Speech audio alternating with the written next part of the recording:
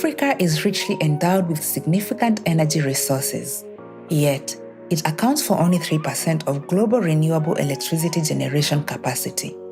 A far-reaching ambitious energy transition could increase economy-wide jobs by 3.5% to 2050, offering employment opportunities across the value chain that cover all skill levels. It could boost GDP by more than 6%, provide energy services to the 592 million people currently lacking access, and improve welfare across regions. These benefits are set out in the latest market analysis developed by the International Renewable Energy Agency in partnership with the African Development Bank. Policies that promote structural change and strengthen African countries' industrial capacities, develop local and regional value chains, address existing commodity and trade dependencies, and pursue education and skill building to forge a skilled workforce are vital.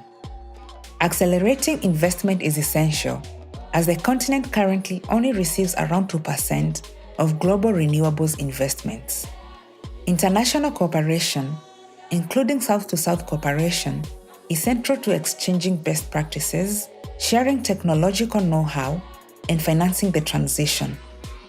Decision makers need a bold vision and comprehensive approaches, such as an African Green Deal, to turn the possible socio-economic benefits of sustainable development into lived reality for all Africans.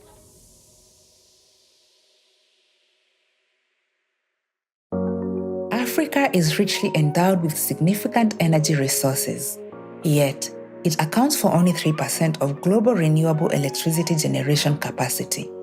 A far-reaching ambitious energy transition could increase economy-wide jobs by 3.5% to 2050, offering employment opportunities across the value chain that cover all skill levels. It could boost GDP by more than 6%, provide energy services to the 592 million people currently lacking access, and improve welfare across regions. These benefits are set out in the latest market analysis developed by the International Renewable Energy Agency in partnership with the African Development Bank. Policies that promote structural change and strengthen African countries' industrial capacities, develop local and regional value chains, address existing commodity and trade dependencies, and pursue education and skill building to forge a skilled workforce are vital. Accelerating investment is essential, as the continent currently only receives around 2% of global renewables investments. International cooperation, including South-to-South cooperation, is central to exchanging best practices, sharing technological know-how, and financing the transition. Decision makers need a bold vision and comprehensive approaches, such as an African Green Deal, to turn the possible socio-economic benefits of sustainable development into lived reality for all Africans.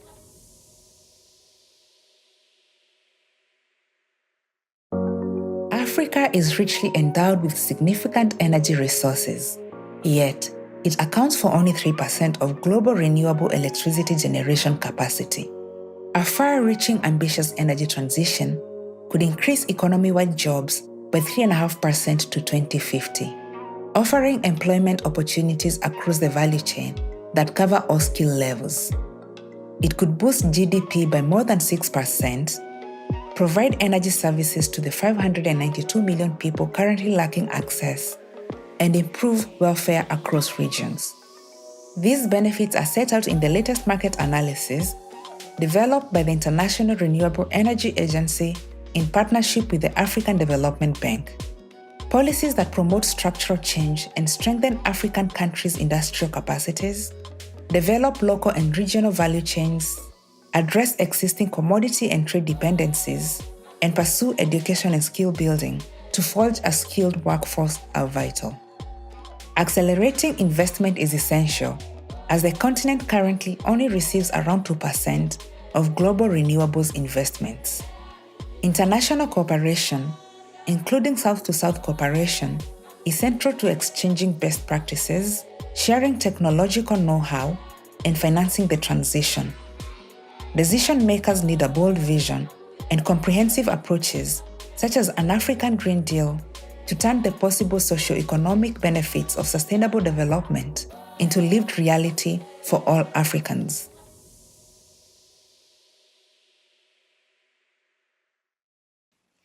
Hello, everyone. You're welcome back to class. And I am here today tonight. I am the program associate for AIIDEV Africa.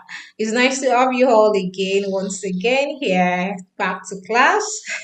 Yes, how are you doing? How's everything? Yes. How's the weather in your country right now? How's it? Is it cold? Is it cold? Is it hot? Let's know because I love to know about other countries and I'm willing to know about your country. So let me know what is happening in your country. In Nigeria right now, it is hot, so we're in a dry season. So I want to know about your location too. I want to know how the weather looks like. So you're welcome back once again to class.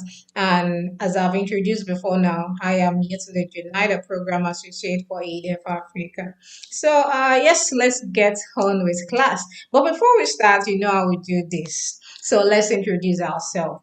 Let's tell everyone our name, where we're joining from, and to add to that, let's try to input maybe one or two things that we got from the last class, from the facilitators training.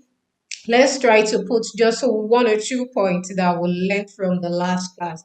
That would enable us to know that yes, these classes are actually making impact on the participants, which is very, very, very important. So I'll be looking up to that in the chat box while we put our name, our country, and what we learned from the last class. Yes. Okay, hi, yes, welcome back to class once again as we'll be dealing with a fantastic topic for today. And the topic is the concept of energy and the future of sustainable energy in Africa. Yes, so this topic will be dealt with by our honorable facilitator. She is Onyije Hanene Nzelu. Yes. So I'll be sharing with us a profile right now so that we can know how resourceful she is and how experienced she is when it comes to this particular topic.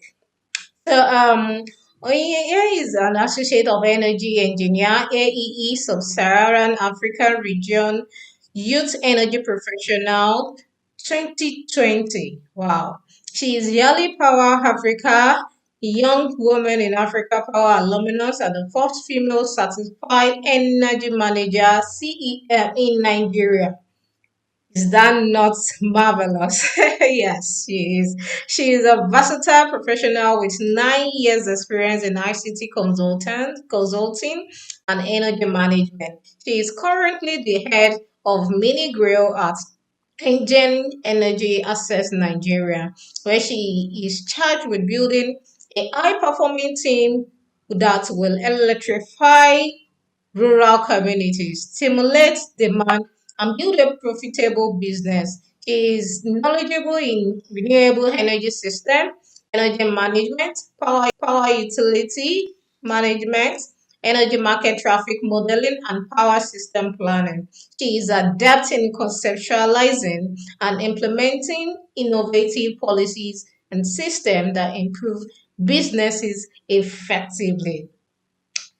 Wow, you can see that from the profile that I have read, she is very resourceful and she is really in depth into this energy thing. So, welcome again to this class of Sustainable Energy Accelerator, our facilitator, Onye Anene Nzelu. Please welcome her. Let me see from your emojis. I want to see the clap. I want to see the excitement of hearing from this wonderful person. Thank you, thank you, thank you. Yes, you have the floor, ma. Madam Onye Anene Nzelu. Thank you. Hi, morning, everybody. Thanks a lot for the opportunity to be here. My name is Onye Anene Zelu, as I have been introduced.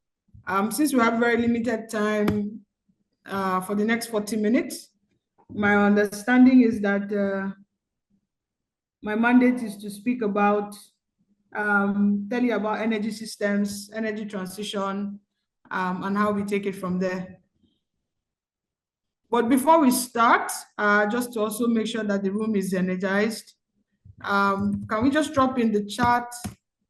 So the first question will be, what is your understanding of sustainable energy? Anybody, please just drop in the chat. I listened to some of the introductions. I realized that we're widely spread across Africa, so that's very good news. So just to make sure that we're following together, so just drop for me in the chat, what is your understanding of sustainable energy system, sustainability, however you understand the question.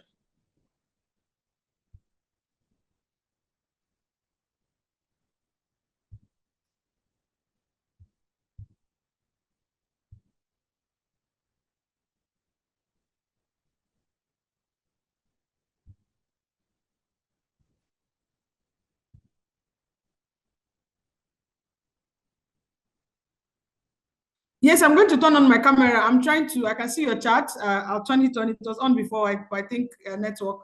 So somebody said, sustainable energy is fuel that never gets used up. Energy generated without posing significant damage to the environment. Sustainable energy is the kind of energy that is generated without causing harm to our ecosystem and is renewable. Sustainable energy means sources that generate power. Thank you for that. From Eswatini. From Nigeria, sustainable energy means energy generated without causing harm to the planet. Sustainable energy is useful energy, which is for day-to-day work. Sustainable energy is fuel that never gets used up and it poses no harm to the environment. Okay, I think we kind of all get the idea, and thank you so much. Like, the chat is buzzing. Thank you so much for being such an energetic audience. So I'm going to start by speaking about sustainability in the large bracket, and then we'll break it down into renewable energy and how we transition across. So just give me a moment to open my slides and share it.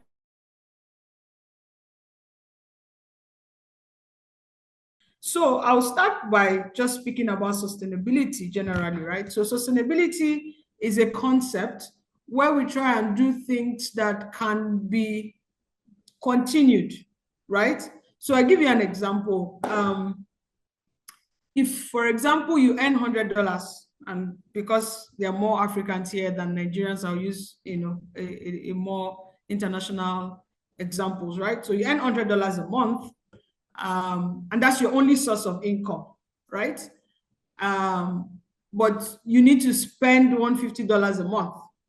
So maybe rent is $50, your feeding is another $50, and just general transport to work, well-being, and all of that is another $50. So that it means you are always at a negative of $50. Just generally speaking, you see that that's not a sustainable way to live, because you're going to constantly be in debt, right? So broadly speaking, when we speak about sustainable energy, we want energy that we can use without causing significant damage to the environment, right? And that is also able to meet the needs of the country, the location. We can break it down even to your house, able to meet the needs of your house. So for ease of just simple examples, let's use an apartment. You live in a 1-bedroom apartment or a 3-bedroom apartment. How can you be sustainable energy-wise in your apartment? Or let's use a factory, let's use a place that you need to generate power, right? So the idea is, and somebody said it should be affordable as possible. Yes. So if we look at the SDGs, right, which is the core of this program, a lot of what we're exploring in this program. I'm audible. Somebody's still saying he can't hear me. a lot of what we're exploring in this program is around SDG 7, right? Which is affordable, reliable, and clean energy, right? And also universal energy for all. So universal energy for all, right?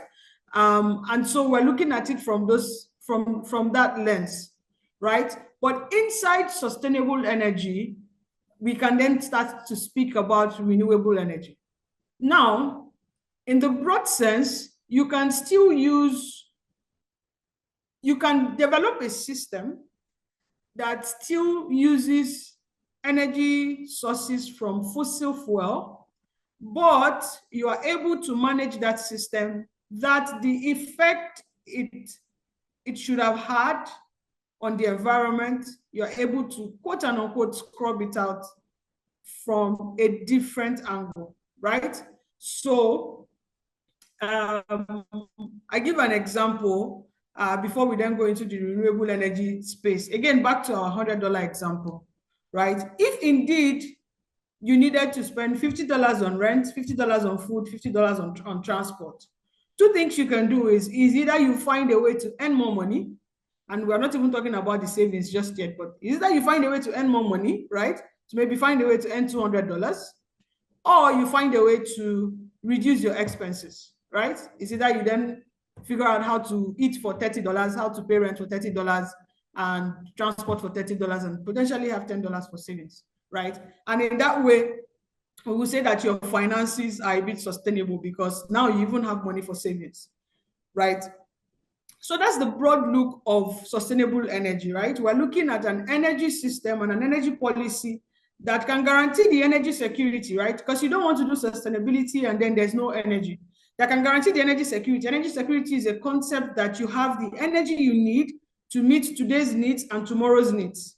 It's a concept that for most of the African countries, we're new to that concept because we don't even have enough energy to meet today's needs, right? But energy security is a concept that allows you meet today's needs and tomorrow's needs. So to plan for today and tomorrow's needs, and doing it and then when you add the sustainability part of it, it will then be doing it in such a manner that it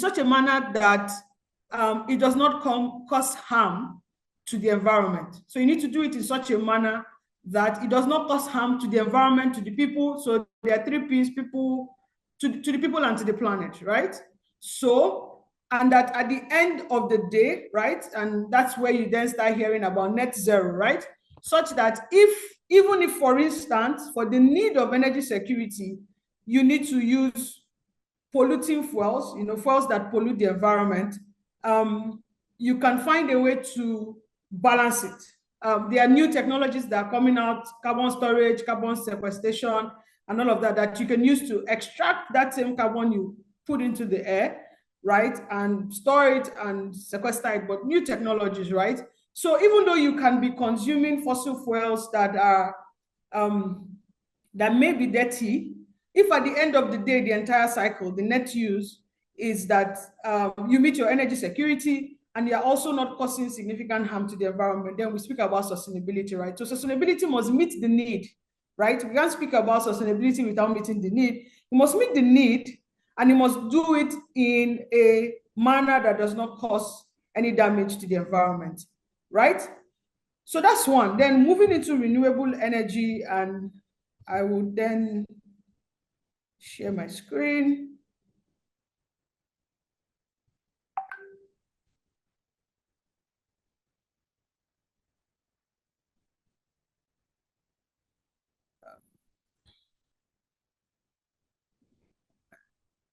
Share screen. This. Share. So I'm using 2 screens. If you see me look that direction, that's the direction of this screen. This is just my standard disclaimer. The thoughts expressed in this conversation are strictly mine, does not represent my employer in any way. And I'm not speaking on behalf of my employer, right? So then delving into renewable energy, right? I saw that some of the definitions we gave, some of us explained sustainable energy as renewable energy, right? Renewable energy is energy from a source that the rate at which you use it is less than the rate at which it gets depleted, it gets restored. So simple example, if every day somebody delivers you 1 bag of rice, and you are sure the person will deliver you 1 bag of rice every day for the rest of your life, but every day you take only 1 cup of rice, which is 10% of the bag of rice, we can say that your rice supply is renewable, right? Renewable energy, by definition, does not have anything to do with whether the energy source is clean or not clean. It is just that, just to balance it, it's just that all the renewable energy systems we have explored today are also clean. But if we take renewable energy itself as a definition, renewable energy just means that the rate of consumption is less than the rate of replenishing or rate of restoration. The simple bag of rice example I gave. If you had a bag of rice and you had to eat 10% of it every day, but you were sure that the next day they were going to bring you another bag of rice, then that source of rice is a renewable source. So like the sun, right? No matter how much solar panels we put, God in his infinite wisdom, when he created the earth, and as much as science has discovered, we find that the energy from the sun, we cannot deplete it via the light rays or the heat rays, right? And so that's why we say that the solar system is renewable. If we look at hydro systems, and I will still get into that in details, the way hydropower plants work, in many instances, water is just flowing. We have no control over the water. And we put some mechanical systems there. We put a dam, we put a spillway, we put a turbine under it, and power is generated. And we can use that energy. But the water remains, right? No matter, except in very severe drought, but no matter what happens, that water system remains. So you can always go there and harness the energy in the flow of the water, right? So renewable energy sources, and that's why there's a conversation around nuclear energy. Some people say they are renewable, some people say they are not. They are not, right? Because of the nuclear fusion, because of the chain reaction that it causes. I'll explain it later. In the sense of the power plant, you can call it renewable, but uranium in itself is a finite resource. We know where it is. We know the countries that have, it's been discovered that countries have uranium, right? But it's finite. But the moment you put it in a power plant, and if you do your chain reaction properly, it can keep powering that power plant for 50 years. And it's usually just, very small fuel rods, right, that you need to keep replacing. But in the context of the whole world, like, it's a finite resource. So generally, we have 2 forms of energy, the ones that are renewable and the ones that are non-renewable. I've explained renewables. So in contrast, non-renewable energy is energy that when you use the source, the rate of depletion is higher than the rate of restoration. So for countries, for example, Nigeria, that we have a lot of oil wells, and countries that are oil producing countries, all of them know when the well is going to dry up. They dig this well, they know it's going to dry up in 50 years. They dig the next well, it's going to dry up in 50 years. In fact, in many of those instances, there is no source of replacement. It's just storage, right? Quote and unquote. Like, you find oil, that oil is finite. You find it maybe enough quantity for the next, that if you keep depleting maybe at 10 liters a day, you're going to deplete everything in 50 years. But if you choose to start depleting at maybe 100 liters a day, you deplete everything in 10 years. I'm just giving examples. So in that instance, they are not renewable because they will finish, this finite, right? But again, a second characteristic of non-renewable energy sources is that in a lot of instances, they are polluting fuels. But polluting fuel is not what makes an energy source renewable or non-renewable. It just happens that the energy sources that are renewable, that the sources are infinite, have a second characteristics that, that they are non-polluting. But the sources that are non-renewable, that are finite in their source, also we seem to have a second characteristic that they are renewable. And I'll explain this a bit more when I speak about biomass, right? So getting deep into it and how we get, especially electricity from these renewable energy sources, I will speak generally. I'll try and explain all of these sources and how power is generated, right? How they have an energy content and power is generated from it. And then we'll just wrap it up from there. So we'll start with hydro energy. Okay, so before we start with hydro energy, I will first of all explain to you how power is generated. And the reason understanding the power system is crucial is that electricity is one of the main energy carriers that we have. So a lot of energy is converted to electricity, first of all, to transport it to different places, to transport it to homes and houses and factories. And then when it gets into the factory, it is then converted to the actual use that you want to use it for. So for example, in my house now, my air conditioning is on and I'm having this call with you. What I need in my house today is lighting and cooling. What I need is not necessarily electricity. I want the room to be chilled enough, and I want to see light, right? The only place that I really need electrons moving as per electricity is probably my laptop so that I can charge my batteries. But after it does that, I need electricity to turn the fans of my system, right? So that the system can do the processing and there's some level of visual display. I can see light, right? From the monitor and probably watch my TV. But so in terms of utilization, what we use is not electricity. Electricity conveys the energy to us. And that's why I started with that in the first slide. And then by the basic principle of energy conservation that I think we all know, that energy cannot be created nor destroyed, but can be transformed from one form to another. By that basic principle, right?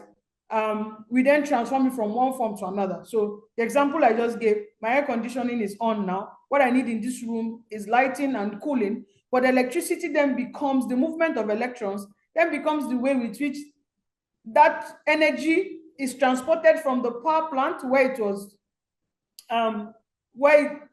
it's transported actually, if we use fossil fuel, from the energy content of crude oil, right? Let's start from there.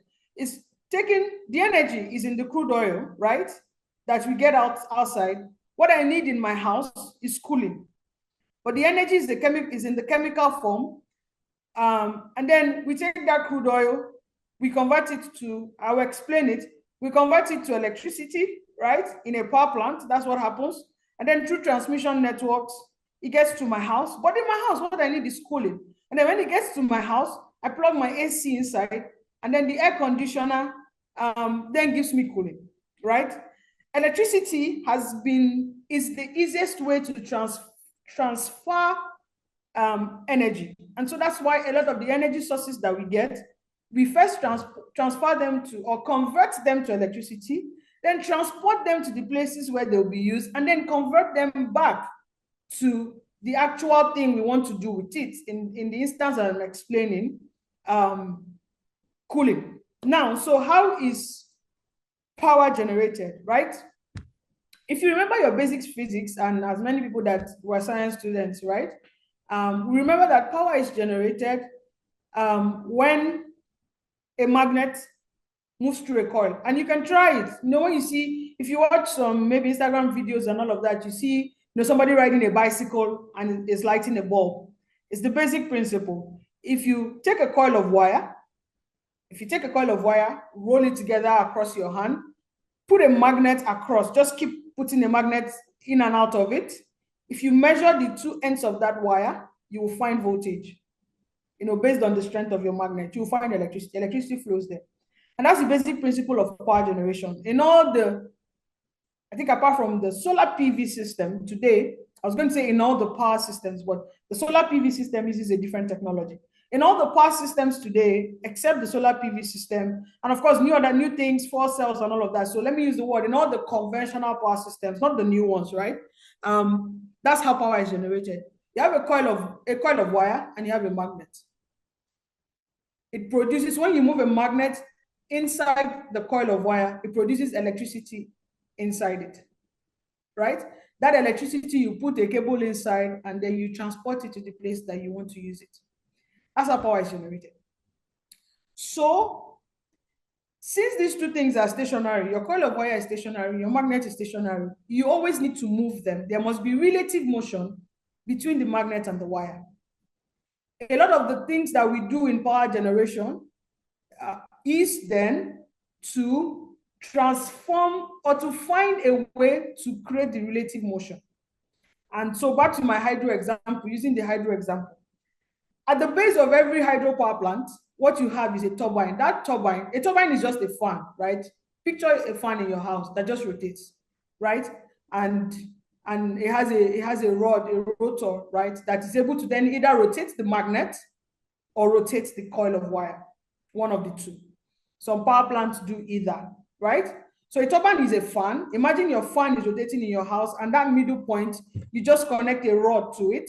And at the end of the rod, you either put a magnet or a coil of wire. So as the turbine is rotating, as the fan, which is the turbine, is rotating, the magnet or the coil of wire is rotating, and electricity is being induced, right? So what we need is motion. We need a way to turn that fan consistently for the rest of whatever the plant lifetime is. That's all you need, right?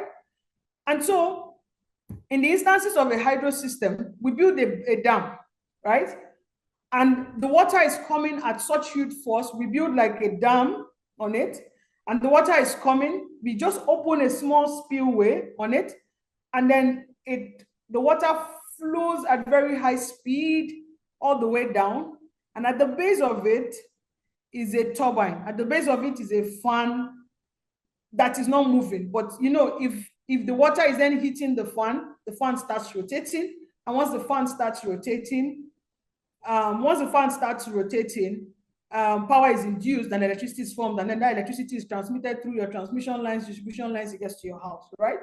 So in many instances, what engineers are looking for when we build power plants is who can give us that motion, who can give us the relative motion to make sure that this turbine keeps turning for as long as we need it to turn. That's actually the engineering problem we try to solve in power generation.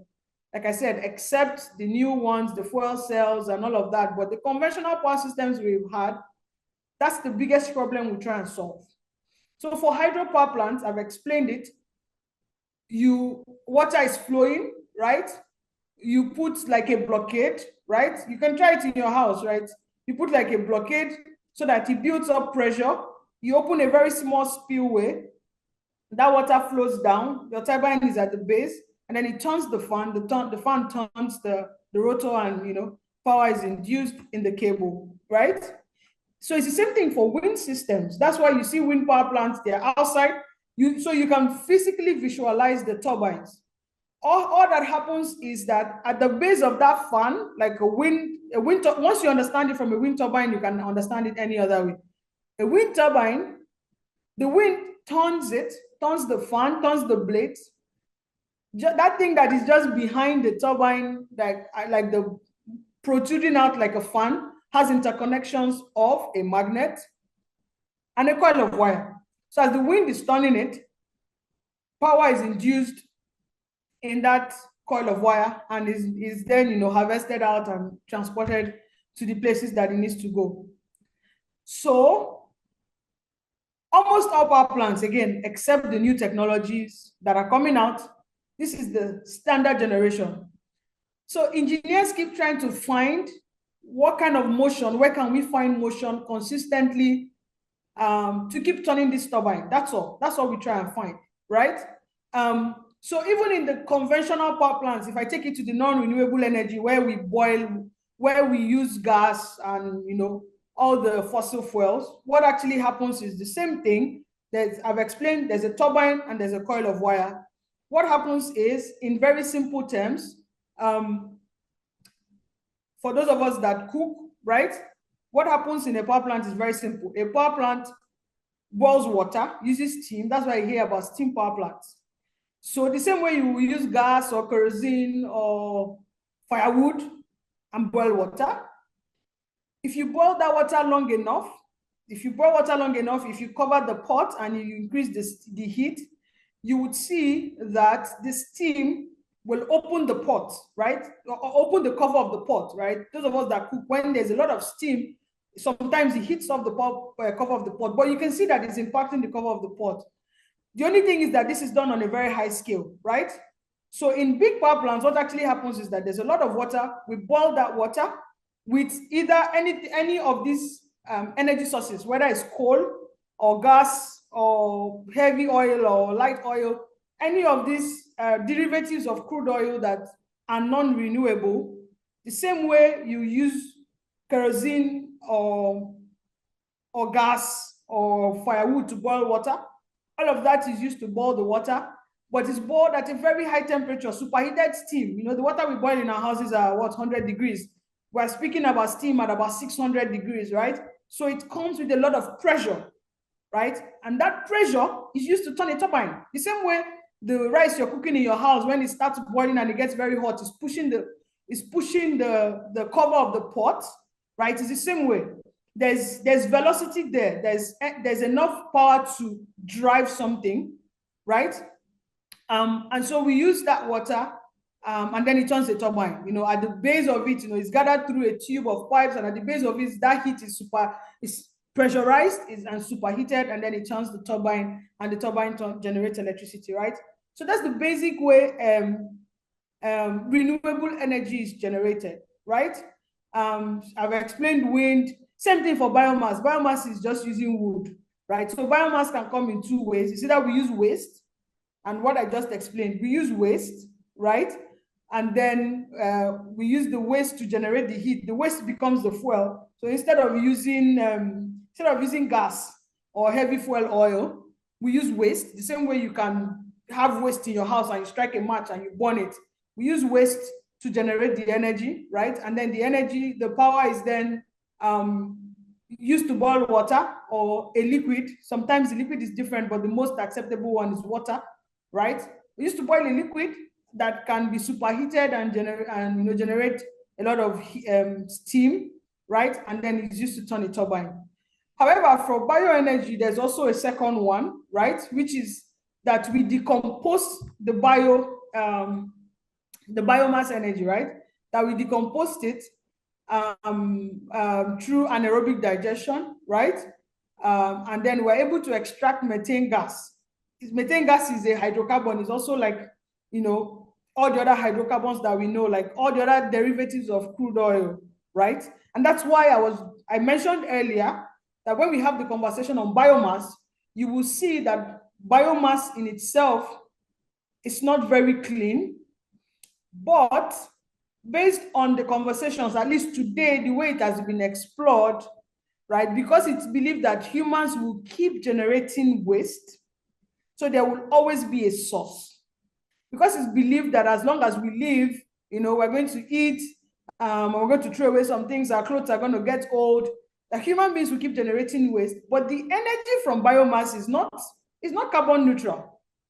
Whether you burn it, if you burn it, it's still a hydrocarbon. It releases carbon and all the other harmful elements to the sky, right, or to the atmosphere. Or even if you then do the digestion, you do the anaerobic digestion and you extract methane. Methane is CH4. It still has carbon that can react with water and produce CO, produce carbon monoxide and all of that into the atmosphere, right? It's cleaner than other renewable sources, than other non-renewable sources, but it's not as neutral as, for example, a PV system or, for example, a wind system, right? It still generates methane gas, right?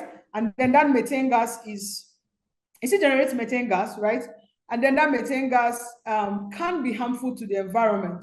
But by definition of whether it is renewable, today, the way we have harnessed biomass energy, it is believed that today, based on the rate of consumption, it will not finish, right?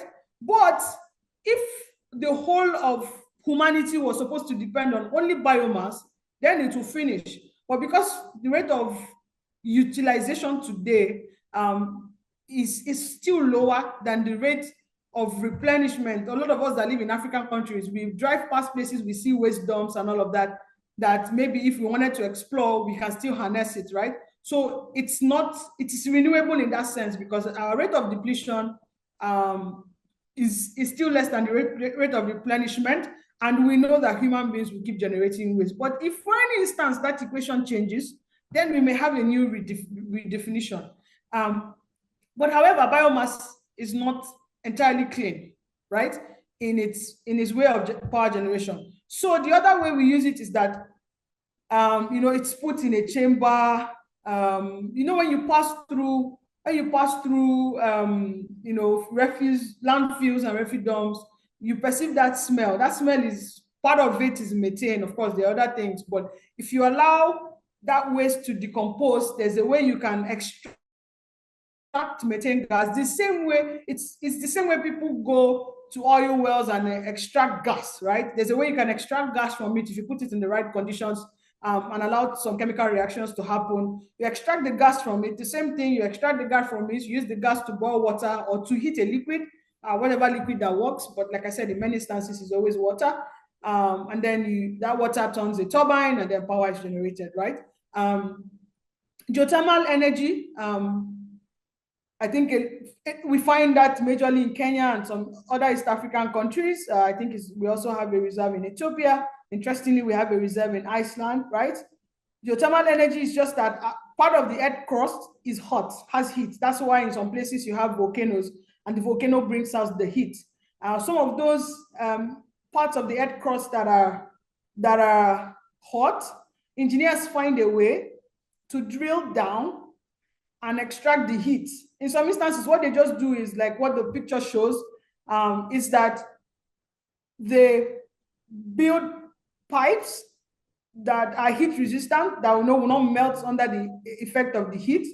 And that heat goes in, and when it's coming out as steam. It's not coming out as water again, it's coming out as steam. So it has been heated. And like I just explained, that steam, if it meets the temperature requirements and all of that, is used to turn a turbine, and the turbine, boils water, and it's used to boil water, and then the water is used to turn a turbine, right? Same thing with tidal energy. If you put some fans, like wind turbine underwater, where we have high water currents, those high water currents turn the fans turn either a magnet or a coil of wire, and power is generated. So you can see that all of this, all engineers are looking for is, what is the sustainable way of getting motion? How do we get motion in such a way that it doesn't destroy the environment? And remember that for all of this, while we call them renewable energy and say they are clean, they still have impacts on the environment, right? They still do. So for example, any place you build a hydropower plant has an impact on the biodiversity, right, of the water. Because water is supposed to flow without any obstructions, but we have gone and obstructed a part of the water, right? So the fishes that used to swim freely, when they come now, they'll hit a wall. If there were some species that used to grow because some conditions were there, because you put cement and your cement has contaminated the water. So it's not completely devoid of environmental impacts. It's just that, at least today, those environmental impacts are not as harmful as the environmental impacts of fossil fuels that are causing climate change, causing weather issues all around the world. But they also do cause some environmental impacts. For the very large wind turbines, for example, if you study, people have studied it and it's available on the internet, it affects bird migration, right? So if you had huge wind farms across, if it was not studied well, if the proper EIA was not done, and birds already had that as a part for their migration, you read stories of some birds that during certain seasons they migrate from one end of the world to the other. When you build a wind turbine across there, it actually affects bird migration, right? So it's not completely devoid of environmental impacts. It's just that today the environmental impacts that they have are not significant enough that it's causing damage on the environment. But for the other ways we've generated power, they're causing significant impacts, global warming, and all the other things. If you, for example, have a coal power plant near you, it usually will affect the water. It has been known to cause blindness and stuff like that, right? So those ones, have a more significant environmental impact they have a more significant impact on our environment, right? But it doesn't mean these ones are not devoid of it. Now, to explain the solar system, solar energy, right? We generate energy from solar systems I see a lot of conversation is happening on the chat. Just want to be sure. We develop solar systems from solar energy. We harness the energy from the sun by two ways, right? One is we can either harness the heat or we can harness the light, right? So as simple as opening your windows during the afternoon to allow the rays of the sun come in, and then not turning your light bulbs is a way of harnessing the light from the energy, or from the sun, right? Harnessing the energy from the sun, right? Because light comes in. So I know in your house it may not be significant, it's one bulb, it's two bulbs, but there are large factories, right, that need a lot of lighting, right? And you will see that maybe their lighting bill alone on their energy bills runs into tens of thousands. And sometimes just by changing the design of the roof to allow sunlight come in during the afternoon significantly reduces the energy bills, right? So we harness the energy from the sun in two ways, either with light or with heat. The solar panel, as popularly known, harnesses the light energy, right? And that's why I said it's today, with the conventional energy systems that we know, it's the one that does not require a turbine and all of that. So it harnesses light energy. There's an engineering technology around it, that when the photons from the sun hits the solar panel, it induces electricity. It causes the electrons to flow, and electricity is induced, right? Some people have explained it like photosynthesis, how trees convert light energy from the sun into their food, and they're able to reproduce, right? It's something similar. It's a bit more technical, but it takes in the light. That is why your solar systems only work during the day, right? There's a second way to harness energy from the sun, which are not solar panels, but is also from the heat, right? And I think maybe countries in Northern Africa have harnessed this, right? Where we have, usually you have a lot of mirrors concentrating the heat from the sun, and that heat, when it's fully concentrated and well harnessed, the same process is used to boil water or to heat a liquid, whatever liquid, in many instances water, and that liquid is used to turn a turbine. So we're back to that old generation technology, right? So it's the oldest generation technology. That's how most power plants work. The question is usually, what's the medium of transfer? Like I said, in many instances it's steam, but some people use gas. And other liquids are becoming more and more popular. I've heard of ethanol and all of that. There's a lot of research is going on, but traditionally it has always been steam. But of course, knowledge is progressive. So as the knowledge keeps progressing,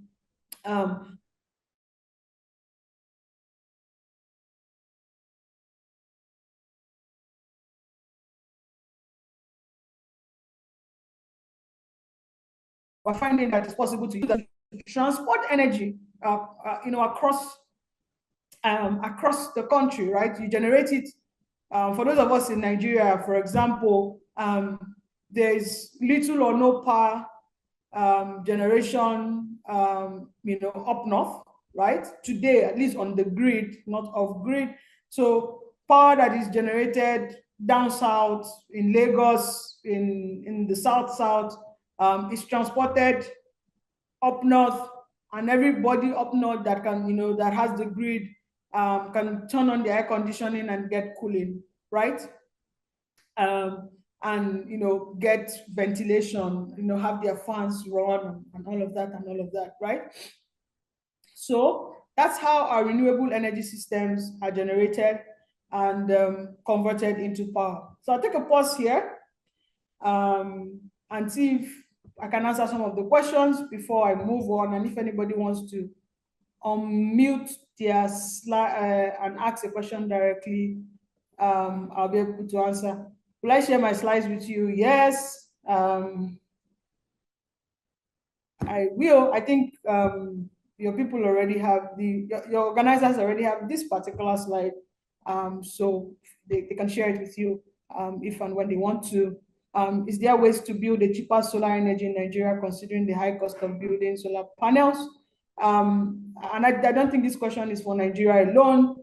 we're having Africa generally is said to have one of the highest Africa generally is said to have one of the highest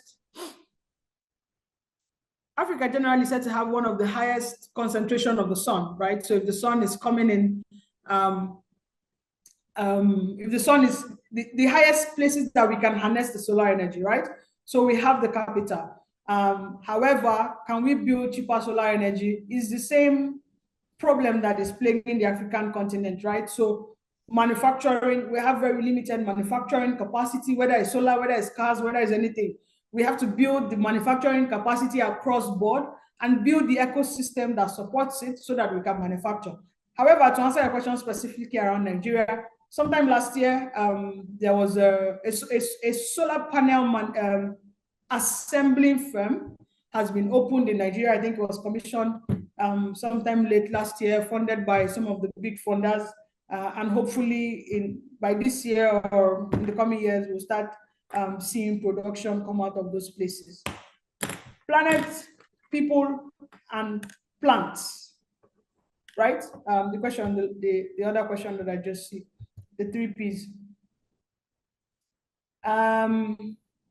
I'm trying to, is piezoelectricity also part of renewable energy? I've explained to you what piezoelectricity is. Piezoelectricity is, sorry, I've explained to you what renewable energy is. And somebody said, what's piezoelectricity? Piezoelectricity, and the person answered conversion of mechanical energy to electrical energy. Let me tell you my easiest example, right? And I watched it in a movie, right? How I learned about piezoelectricity. There was one of these spy movies, right? And the person was supposed to have some bug and all of that, and it was in his teeth, right? And so if he chewed food, by that motion, remember I told you that it's about motion, right? By that motion, as he was eating, whatever he had in his mouth was, being powered. It was a spy movie, but it was just a very interesting depiction of it. Like I keep saying, it's motion. So can conversion of mechanical energy to electrical, can it be called renewable energies? Renewable energy. I've explained that renewable energy is about source and utilization. It's actually technology independent. Like the name is it renewable? The rate at which you are using it, is it less than the rate at which you're replacing it? So that person that is chewing food, would they keep chewing food for the rest of life so that battery that is in their mouth keeps charging, right? So so piezoelectricity is part of what we explained because you need motion to convert to electrical energy. But the question is the beginning of that value chain and the end of that value chain, the beginning, how the energy starts and the utilization, is one greater than the other? If one is greater, then it is, if utilization is greater, then it's not. If source is greater, then it is. And that's why I explained that in coming years, biomass may be reclassified. If we start exploring a lot of biomass energy, we may reclassify it again. Yeah, so walking on the streets, the movement of cars, all of that. I think I've answered that. What is the position on Africa in relation to green hydrogen? So hydrogen, energy from hydrogen is just being explored. And I dare say that one of the reasons it's becoming more and more important, or I don't think the word is important, why it's becoming more and more mainstream, why we're hearing more and more about it, is majorly around energy security, right? More and more countries want to secure their energy use. Now, so energy, for the context of everybody here that may not understand power from hydrogen, right? We can do hydrogen systems to power anything that we want to power, convert to electricity and power anything that we want to power. Hydrogen basically comes from water, right? It comes from water. So those of us that are science students, water, the component of water is H2O, right? You probably would have heard it in jokes and all of that, H2O, right? So to get energy from hydrogen, to get hydrogen, you have to find a system that splits water, right? That splits the component of water to give us hydrogen separate and oxygen separate. That's one way to do it. The second way to do it is to get it from gas, right? To get it from hydrocarbons, right?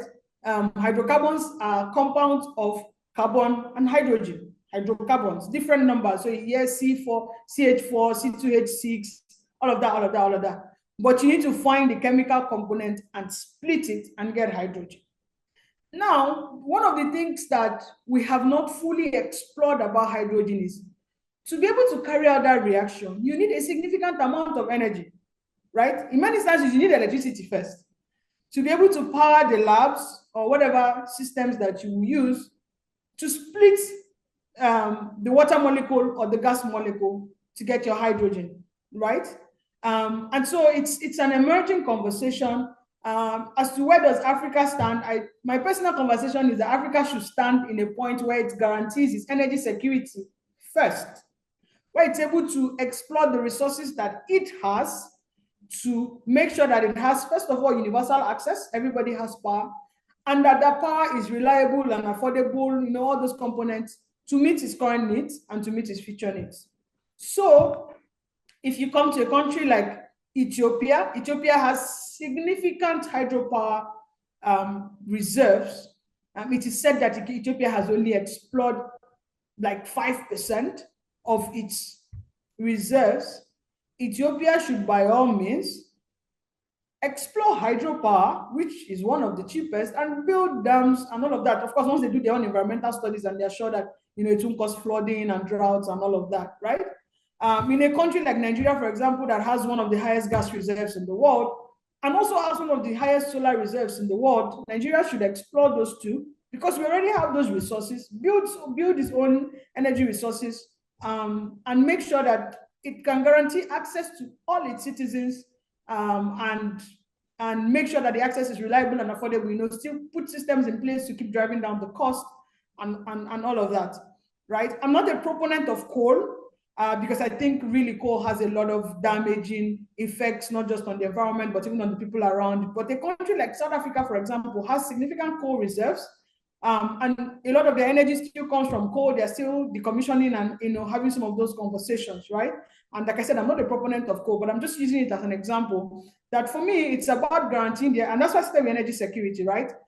We must first of all have enough energy to use to industrialize, to do manufacturing of solar panels, like somebody asked, to manufacture whatever we need to manufacture. We don't find that conversations around hydrogen and green will give you the kind of power that you need for industrialization. It may give you, enough power to meet your peak demand or to take pictures here and there and all of that. But if there are already proven technologies that exist that would allow you to meet your energy security needs, guarantee power, guarantee universal access, and it is available in each country. If we, in the northern sub-Saharan Africa, explore all the solar capacities because they have a lot of deserts and all of that. In the middle, for example, I think I've mentioned it here, Kenya has a lot of geothermal resource. I think there are only very few countries in Africa that exploit their geothermal resources. Kenya is one of them.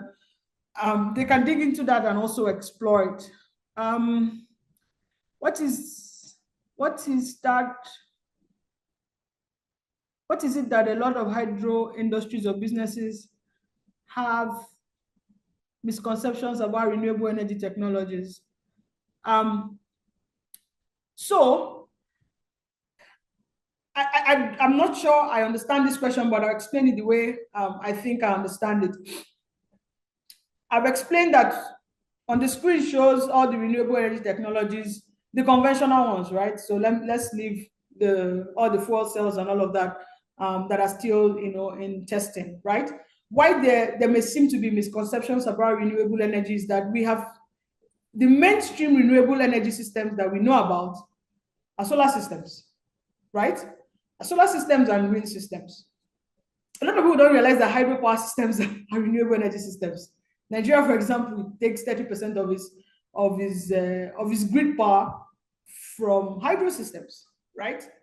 The misconception is usually around solar and wind, and the reason is because they are also called, well, they are renewable systems, but they are also intermittent energy sources. Some people call them intermittent, some people call them variable. They mean the same thing. What does it mean? You don't control the source, right? I'm sitting in my house now, it can start raining. So if I was, for example, the agro processing plant, trying to process, I have something on my process line, and I'm trying to run my process line, set everything, heat and all of that. Everything is supposed to do packaging and all of that.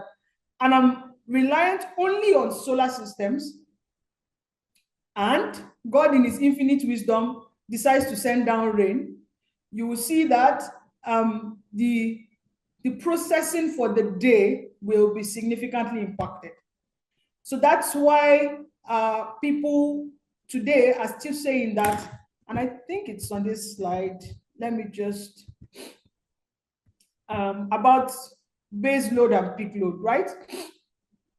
And this was the next thing I was going to talk about, but the question, brought me into it, right? So we find that there is a base load, but this is speaking strictly about power systems. I remember that energy is bigger than power, and I've explained it. This is strictly about power systems, right? We need a base load, right? That the word we use in engineering, that is resilient, right? That you can, quote and unquote, control its source for as long as you live. Which is why, again, non-renewable energy sources, we've not found, I don't want to say, seems to have the advantage.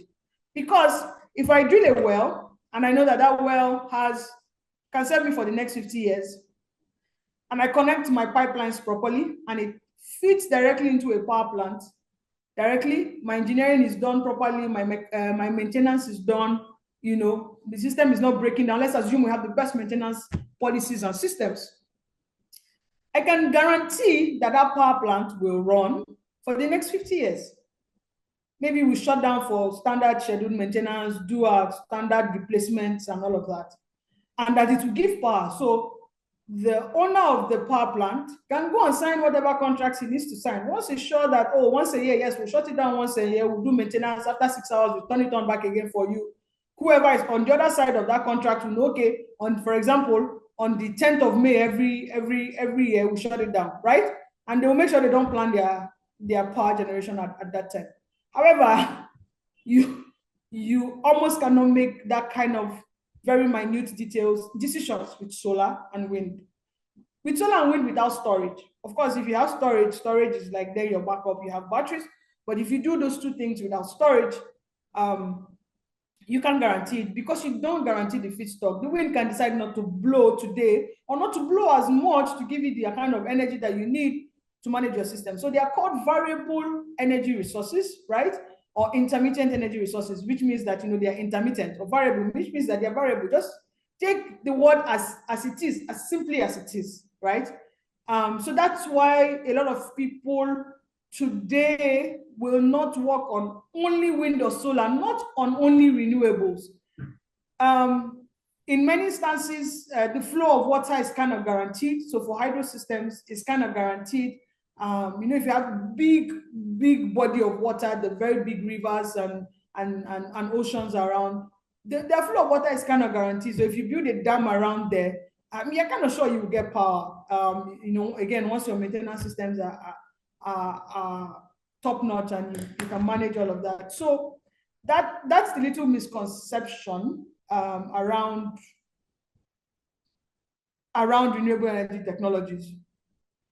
So that's why in many instances you need a base load from a system that you can guarantee, right? And then you then use your renewable energy systems for the peak load and all of that. But for those of us that live in African countries, the grid is as unreliable as the intermittent energy resource. So it's what we're used to is intermittent energy resources. Do we think we're ready to explore nuclear energy? France, for example, most of its energy comes from a nuclear source. So it's about having the right, so the technology is existing, and I dare say is mature. However, it is dangerous, right? I think we all know that it is dangerous.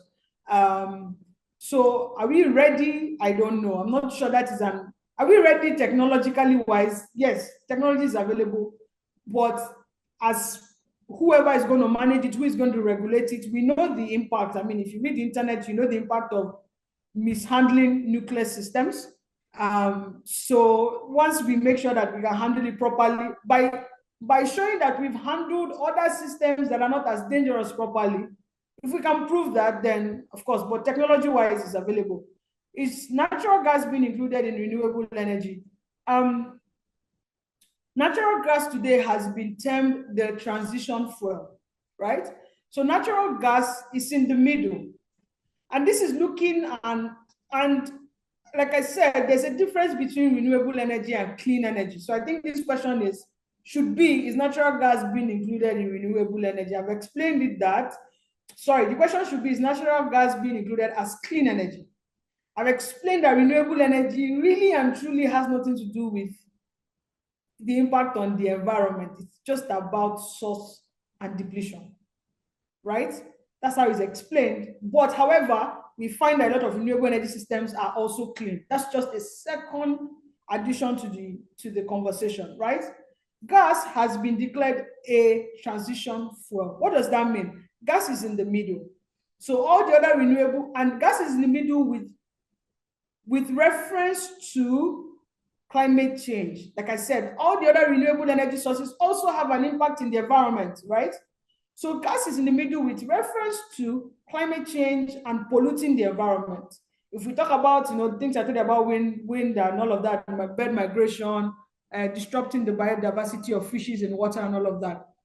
But if we talk about releasing harmful gases to the environment, gas is in the middle. So we have the heavy fuel oils, the crude oils on one hand as dirty fuels, coal being at the extreme end, and then we get to gas, and then we now start having hydro, solar, and it goes down. So gas by definition is not a clean fuel. However, it's not as dangerous as these other ones, the heavy fuel oil, the coals, and all of that. It's somewhere in the middle, right? So the idea is for a gradual reduction, because you don't go from 100 to 0 in one day, right? Because infrastructure-wise, you need to change your infrastructure. You need to, some people have signed contracts, some people have signed 50-year contracts for supply. So you need to look at that. So the idea is, let's start, remember that's why it's called the energy transition. It's a journey, right? So let's get to gas, which is not as polluting as the fuels we are used to, right? As we continue our journey to net zero, because I think I tried to explain it earlier, but maybe I didn't use the word net zero. The net zero is a concept of subtraction and addition. So if I'm polluting the country by, for example, 50%, I need to find a way to make it up by 50% so that it comes to zero, right? So gas is just on that part, and it's been termed the transition fuel to keep transiting. So leave coal and start getting towards gas. When you get to gas, then we transit to all the other renewable energy sources. Which is better between hydropower and gas power plants? I don't know that the conversation is better, because you have to look at it from different factors. Today, hydropower systems are cheaper if you build, and if you build well. So let's assume you constructed well, you don't have any issues on the construction and all of that, because it doesn't take any running cost. Like I said, the water just comes and turns the turbine, so you're not buying diesel and all of that. But your construction cost is high. It has a very high upfront cost, and it takes a lot of time. You can't wake up and build a hydropower plant today. You probably will. You're talking about timelines of 5, 6, 7, 8 years. Gas power plants, like I would jokingly say, is like Indomie, right? It's like noodles. You can import the only time it takes you today is the amount of time it will take to get into the country, procurement timeline, that's all. But for hydropower plants, you consider your procurement timeline, you consider all the studies you have to do and all of that. Sometimes you need at least 2 years to just even collect data on the river before you even start building. And you can finish collecting that data, doing all your analysis, and maybe based on the laws of the country, you will not be allowed to build in that particular location. You then have to go to another location to do another study and all of that. Remember that it has other, like I said, it has other impacts, even flooding. It can, when you open the dams, it can flood other parts, right? So if you look at it from a timeline perspective, you build a gas power plant faster than you build a hydropower plant. If you look at it from a cost perspective, hydropower plants have huge upfront cost, but very minimal maintenance cost.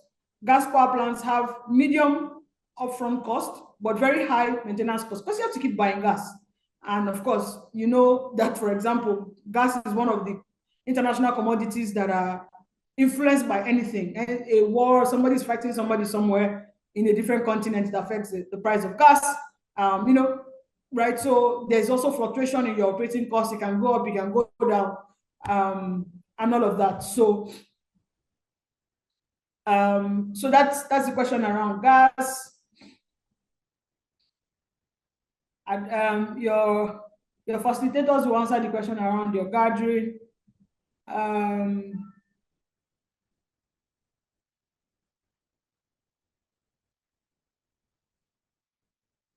SDG taking 5 P's instead of 3 P's. Thanks for that. People, planet, prosperity for peace, partnerships make up the 5 P's. We have a lot of projects, initiatives failing here due to the absence of peace. As a team, we partner with the right people, groups, and societies to create meaningful impact. Thanks a lot for that. Late. Okay, I think we're done with the questions. I don't have any other conversations to add. Personally, I have to run and my time is up. So if there are no other questions, I think somebody was raising his hand earlier, but I didn't quite see it. If there are no other questions, thank you very much for having me. It's been a pleasure to share some of my knowledge with you. I hope it was enlightening for you, and all the best in your program. Wow. Wow. Thank you so much, Ma. Oh, that was so powerful. That was really, really in depth. Like I have learnt a lot of things from what she has taught us today, and that is wonderful. Please, once again, help me appreciate Madam Oye with different class. Please let's give her our flowers. This is wonderful. She has actually done justice to this topic, which I'm so glad with, and I have learned a lot, and I believe that every one of us have learned from this. This is wonderful. Please let's keep appreciating her. Let's give her our flowers. Let's give her the claps, every clap that you can award to her. That is wonderful. So thank you very much, Madam Oyiye Nene Zelu. Anyways, I love your name. Yes, the name is really sounding beautiful and as beautiful as you are. So thank you so much. Thank you for taking out time to share with us your knowledge and your experiences when it comes to energy. Thank you so much. Thank you very, very much. So we can leave you to opt out of the call right now. Thank you so much. Thank you very, very much. Do have a wonderful day. Okay, yes. So as we're closing today's class now, we're having another class next week, Thursday. Please kindly prepare your time. Make sure you attend this class because you can all testify that the classes have been a very good one. Um, Giving us an avenue to learn and see beyond where we are presently, and giving us an opportunity to expand our knowledge and experience towards the energy system and sustainability. So that will be all for today. Thank you all for attending this class, as it is very, very important for the program that you're on presently as a participant. So thank you for joining. And see you next week, Thursday, and have a wonderful day. Bye. Africa is richly endowed with significant energy resources, yet it accounts for only 3% of global renewable electricity generation capacity. A far-reaching ambitious energy transition could increase economy-wide jobs by 3.5% to 2050, offering employment opportunities across the value chain that cover all skill levels. It could boost GDP by more than 6%, provide energy services to the 592 million people currently lacking access, and improve welfare across regions. These benefits are set out in the latest market analysis developed by the International Renewable Energy Agency in partnership with the African Development Bank. Policies that promote structural change and strengthen African countries' industrial capacities, develop local and regional value chains, address existing commodity and trade dependencies, and pursue education and skill building to forge a skilled workforce are vital. Accelerating investment is essential, as the continent currently only receives around 2% of global renewables investments. International cooperation, including South-to-South cooperation, is central to exchanging best practices, sharing technological know-how, and financing the transition. Decision makers need a bold vision and comprehensive approaches, such as an African Green Deal, to turn the possible socio-economic benefits of sustainable development into lived reality for all Africans.